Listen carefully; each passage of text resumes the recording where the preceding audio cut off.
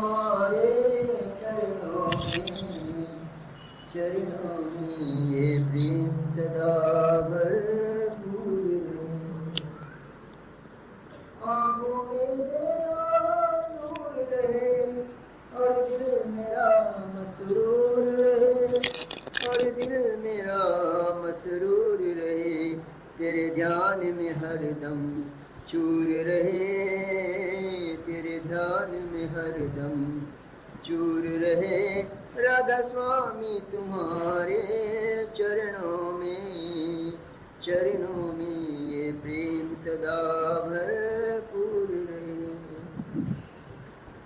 तू सब में सबसे न्यारा है, सबकी आँखों का तारा है, सबकी आँखों का तारा है। मन मोह माया से दूर रहे, मन मोह माया से दूर रहे। राधा स्वामी तुम्हारे चरणों में ये प्रेम सदा भरपूर रहे। बस एक तुम्हारी आशा है, कुछ और नहीं अभिलाषा है। बस एक तुम्हारी आशा है, कुछ और नहीं अभिलाषा है। मन हरदम प्रेम हुजूर रहे, मन हरदम पेश हजूर रहे। राधा स्वामी तुम्हारे चरणों में ये प्रेम सदा भरपूर रहे। मेरे पूज्य गुरु भाई और गुरु भाई और बहनों के चरणों में मस्तक नवाता हूँ।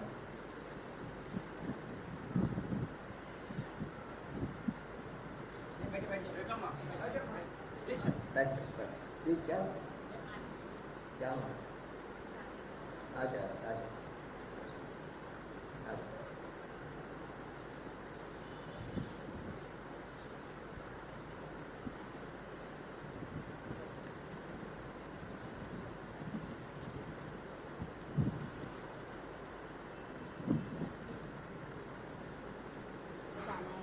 क्षमा करना कोई बात नहीं।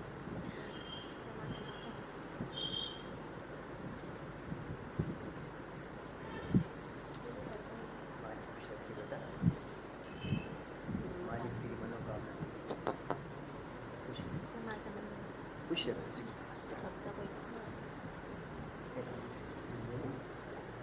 आप ले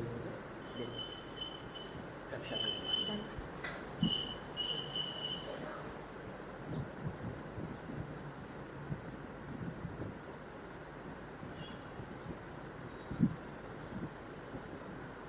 संसार में हर कोई खुशी चाहता है, दुख और तकलीफ कोई नहीं चाहता। लेकिन हम देखते हैं कि जिंदगी का बहुत सारा हिस्सा दुखों में कट जाता है, सुख बहुत कम हमारे हिस्से में आता है। इसके कई कारण हैं। पहला कारण तो अपने पिछले जन्म के कर्म है, क्योंकि उस कर्म के अनुसार जब बच्चा पैदा होता है, इसके जो आकार बनता है, फ्यूचर बनता है, कर्मों के अनुसार बनता है।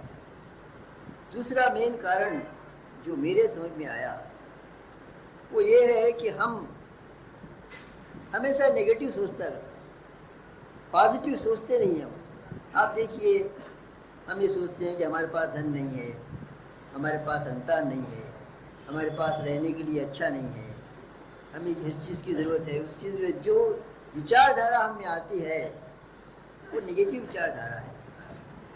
नेगेटिव विचारधारा जैसे हम मेरे मन में आई तो मन पर उसका असर पड़ता है।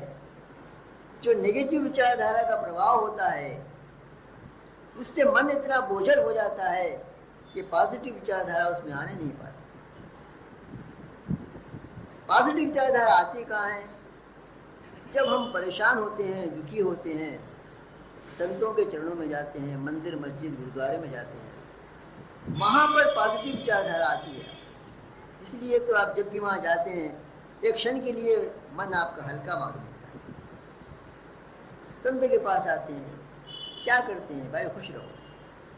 लेकिन क्या होता है, जन्म जन्मांतर से, कई जमाने से हमारे मन में जो निगेटिव विचारधारा आती है, निगेटिव विचारधारा प्रवाह चल रहा है, वो विचारधारा ऐसी मजबूत हो चुकी है, मन को इतना कंट्रोल कर चुकी है कि उस मन पे पॉजिटिव विचारधारा का असर नहीं पड़ता। इसलिए ये मेन कारण है कि आदमी हमेशा दुखी होता है, परेशान होता है, क्योंकि उसको कमी का एहसास होता है।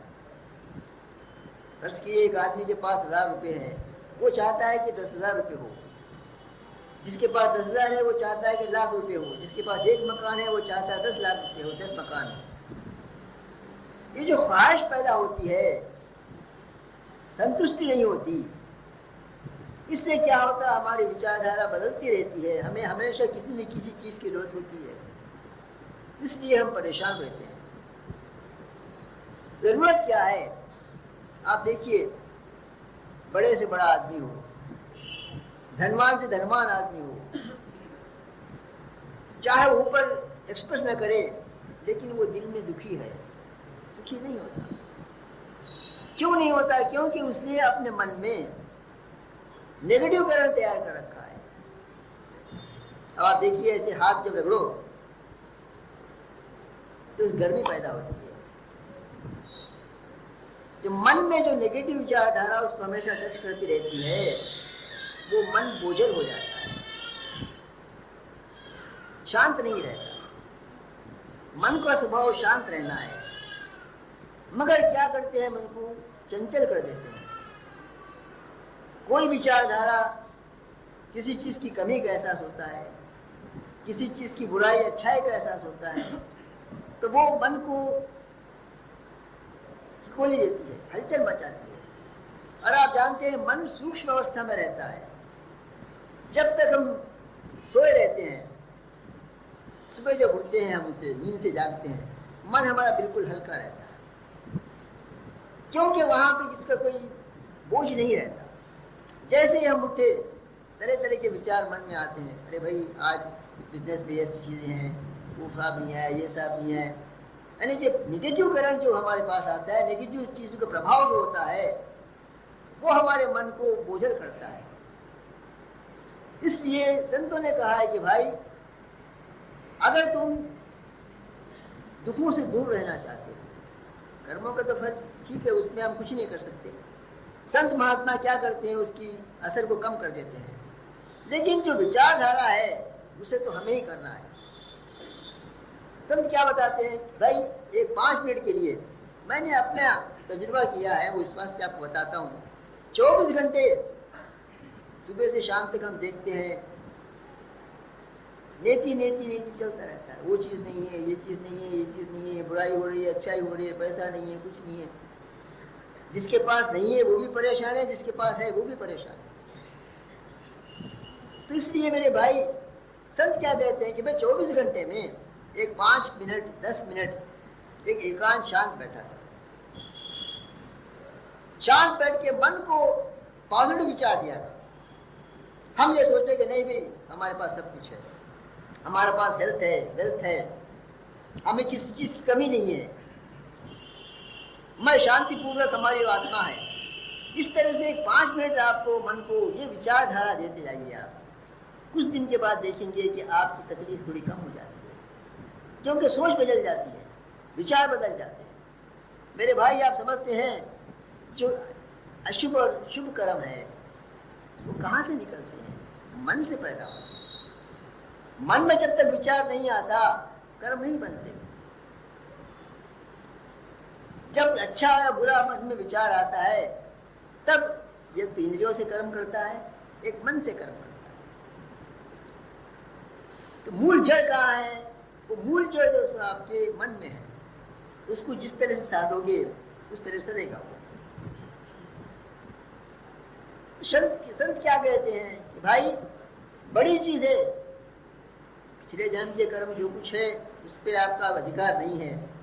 कम से कम इस जन्म में रहते हुए सोच समझ कर कोई ऐसा अशुभ काम मत कीजिए जिससे मन हमारा और बोझल हो जाए।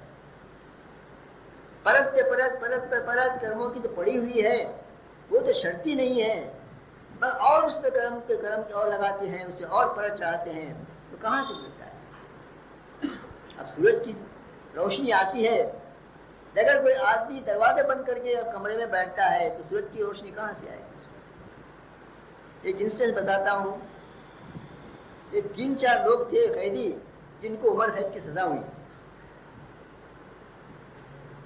काल कोठरी में डाल दिए गए। ऐसी जगह थी वहां पर सूरज नहीं आता था, रोशनी नहीं आती थी, अंधेरा रह जाता था।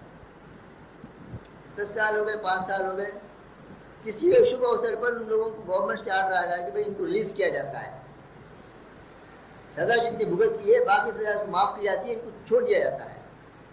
तो बोले भाई ठीक है, तुम्हारी सजा खत्म हो गई, तुम बाहर चले आओ। तो वो 8-10 साल से जो अंदर बंद कमरे में, अंदर कोठरी में रहते रहते उनकी ऐसी आदत पड़ गई कि वो बाहर निकलना नहीं चाहते थे।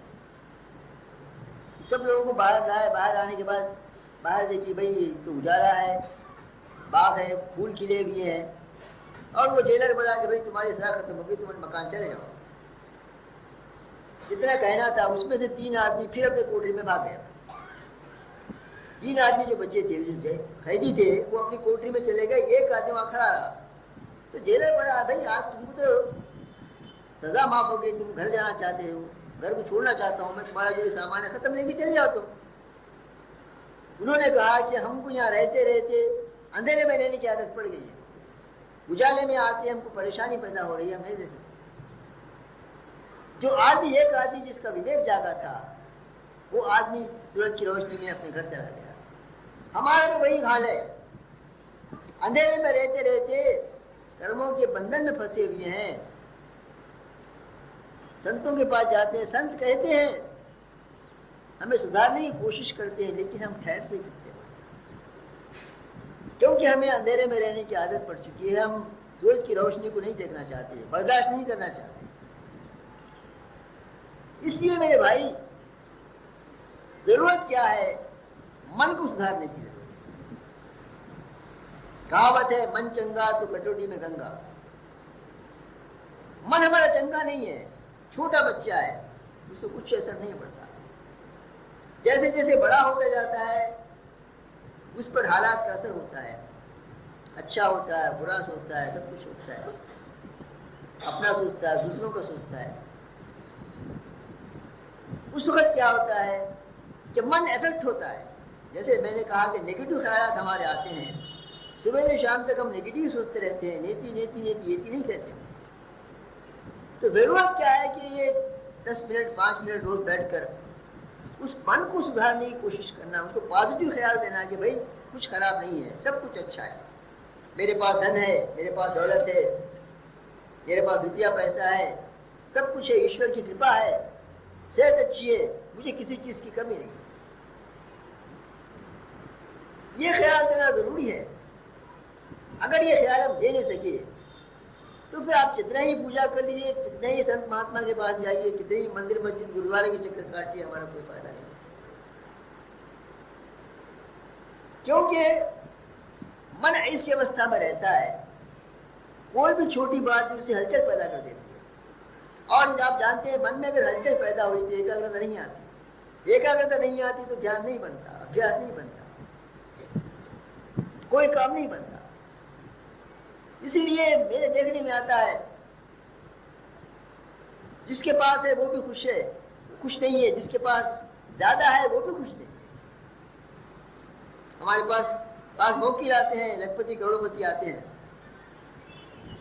मैं इनसे बोलता भाई तुम्हारे पास पैसा बहुत ही है, क्यों झगड़ में पड़ते हुए हो? तुम करोड़ों की दौलत है, तुम हजारों के लिए क्यों लड़ते हो? आकर तुम्हारे पास कई एकड़ जमीन है, 2 गुंठे के लिए क्यों लड़ते हो? आकर समझ में नहीं आती बात,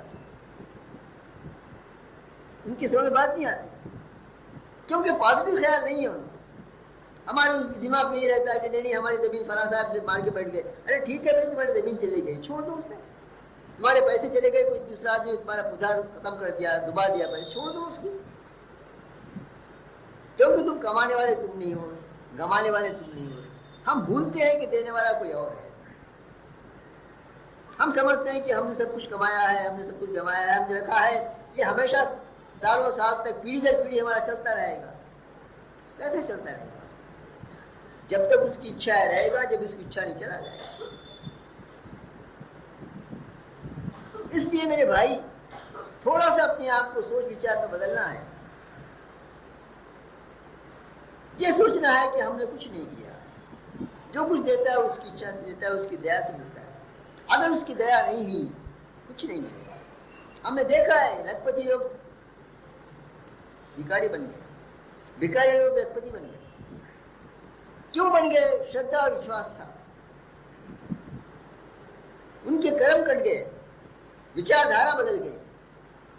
वो ये समझ रहे हैं कि भाई ये सब कुछ हमने कमाया है, हमारा नहीं होता। वो मालिक की इच्छा, वो देता है, वो लेता है। आप देखिए, राय साहब जी जब उनका पुत्र चला गया, स्वामी जी महाराज के दर्शन के लिए गए। स्वामी जी महाराज ने कहा कि राय साहब जी, आप, मुझे बहुत दुख है, आपका लड़का चला गया।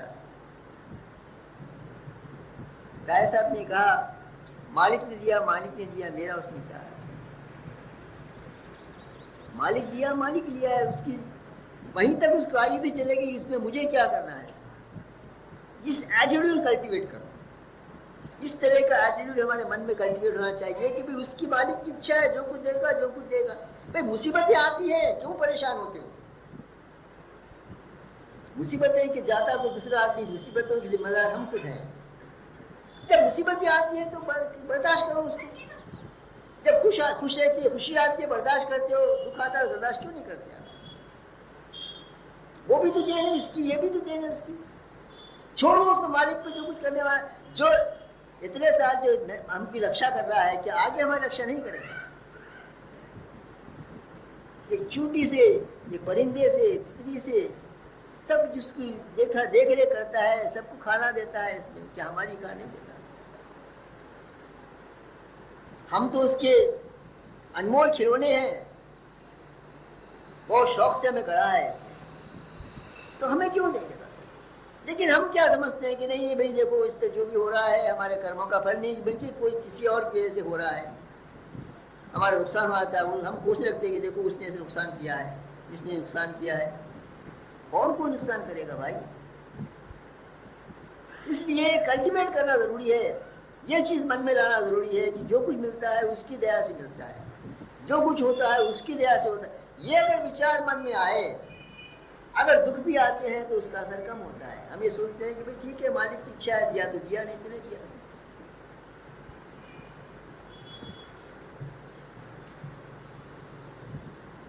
तेरे हाथ कुछ ना, मेरे हाथ कुछ ना, होगा वही जो चाहे विधाता। तेरे हाथ कुछ ना, मेरे हाथ कुछ ना, खिले फूल कलियां प्रभु ने बनाई, सुख दुख की गलियां सारे जगत से है वो बनाता, है वो बनाता, है वो बनाता। होगा वही जो चाहे विधाता।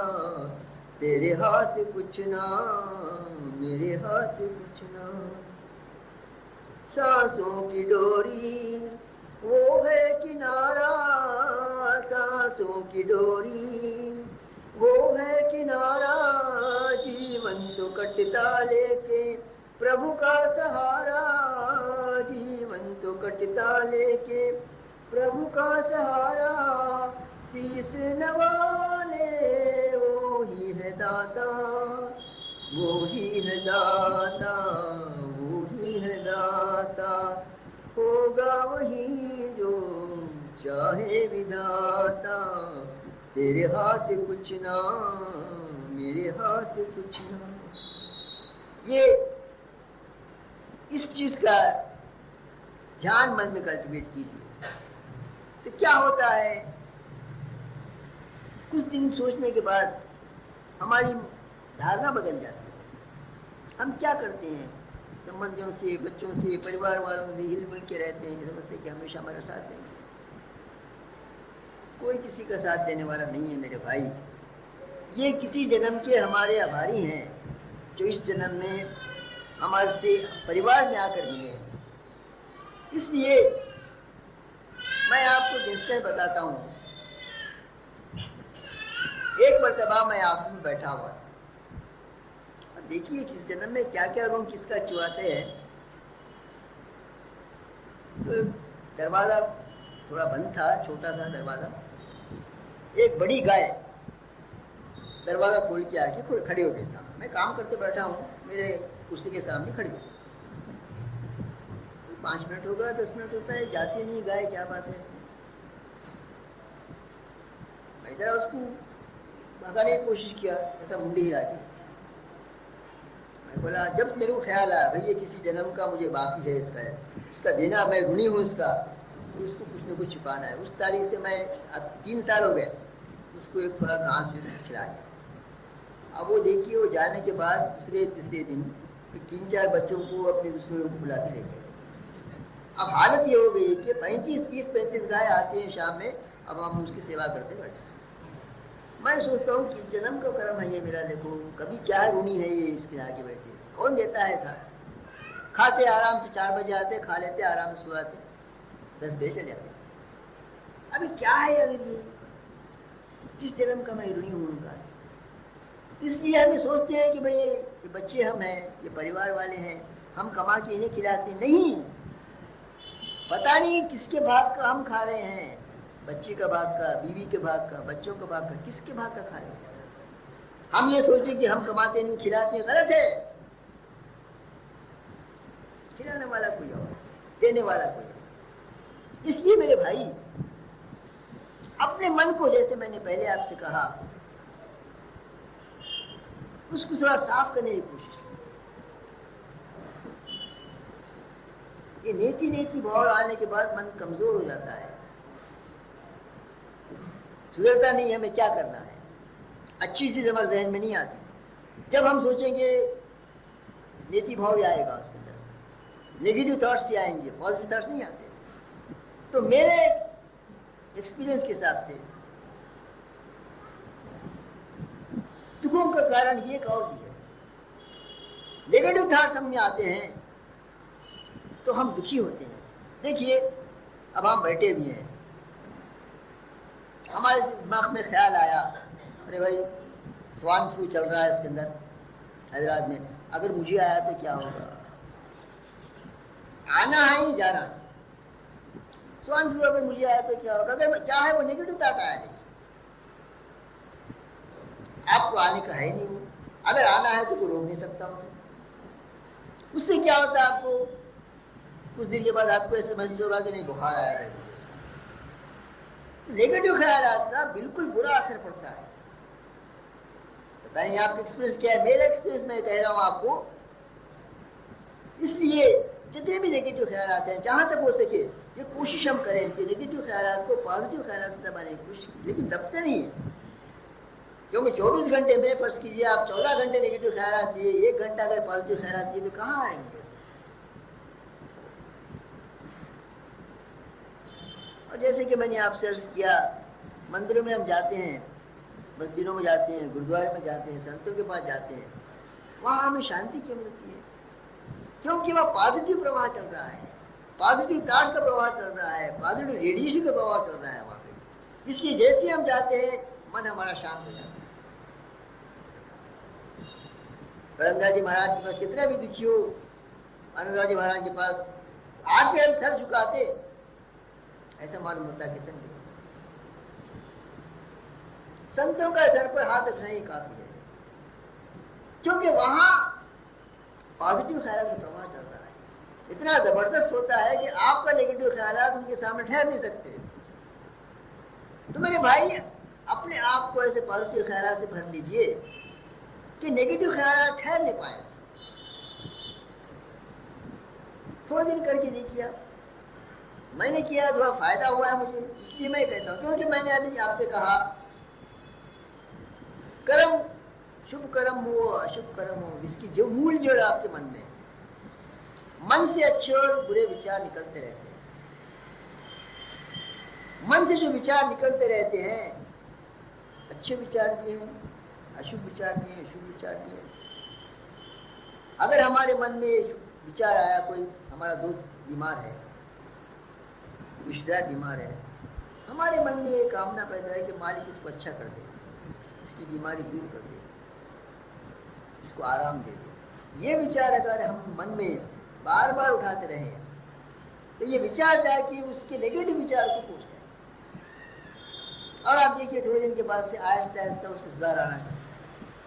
बजाय उसके हमारे मन में विचार रहे कि देखो इस आदमी जिसने मुझे धोखा किया है, मुझे नुकसान पहुंचा है, इसको बुरा हो बुरा हो बुरा हो।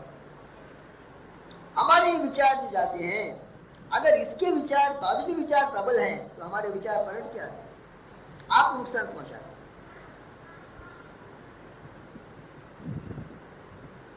ये ऐसी फिलॉसफी है।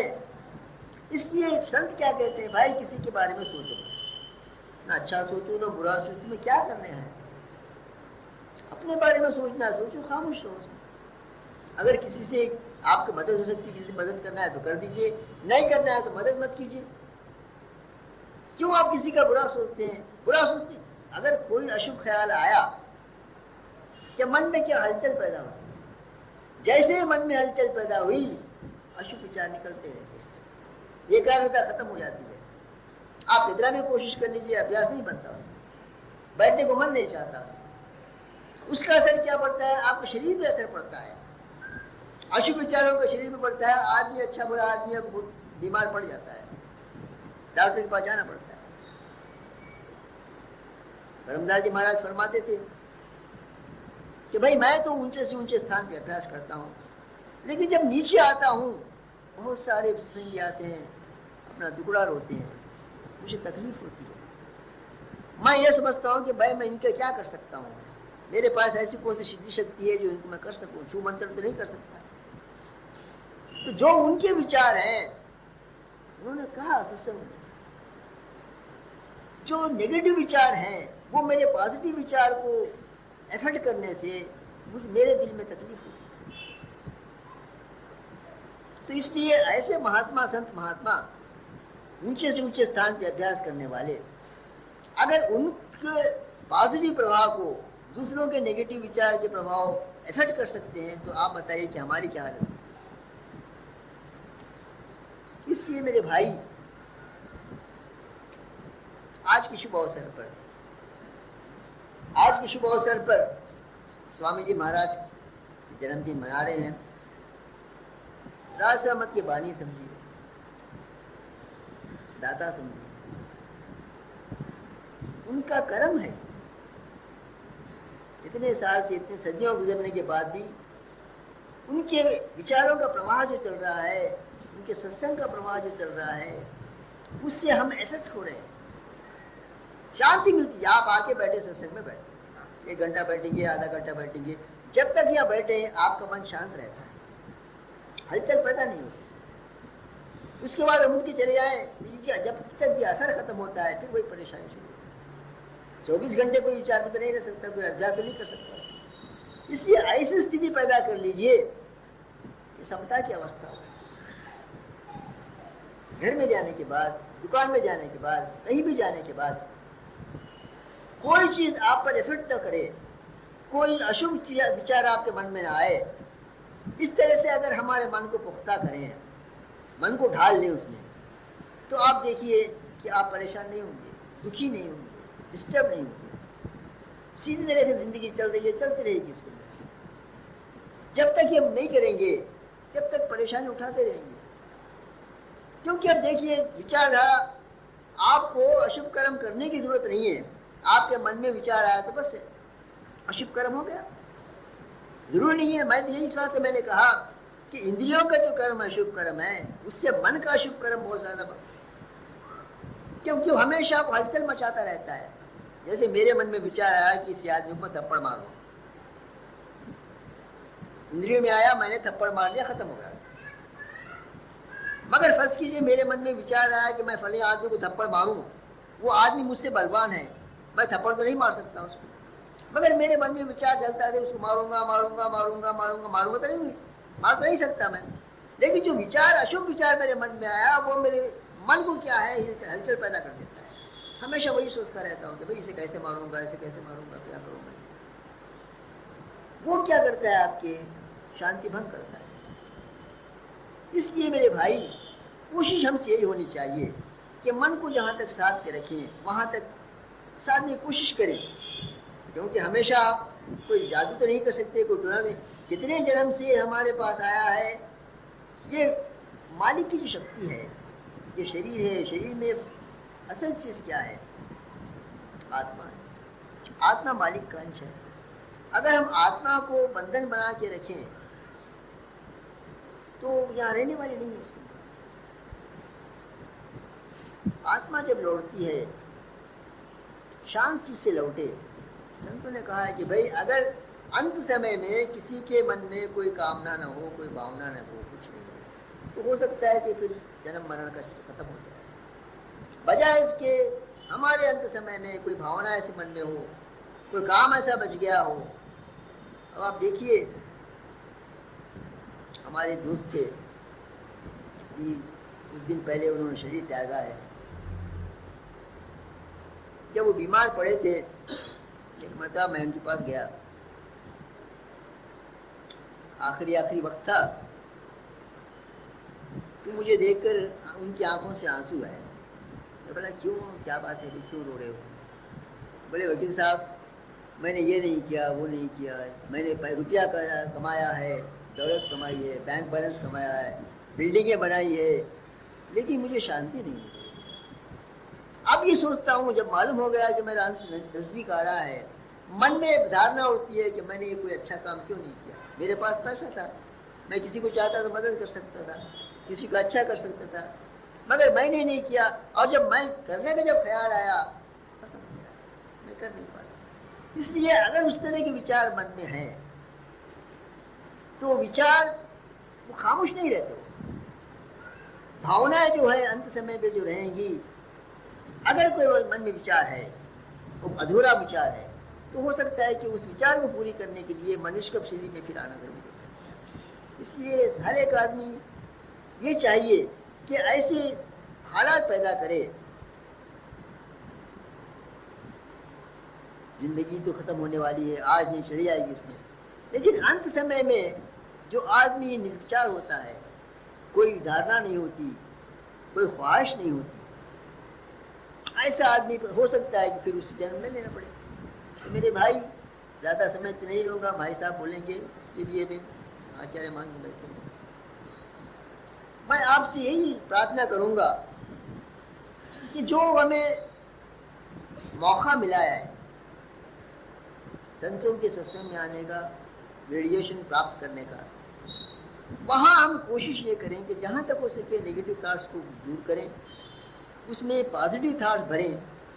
मन के जो विकार है, विकार को दूर करें, उसको मजबूत बनाने की कोशिश करें, ताकि हमारी जो परेशानी है, हमारी तकलीफ है, हमारी परेशानी है, वो जहाँ तक हो सके दूर हो सके।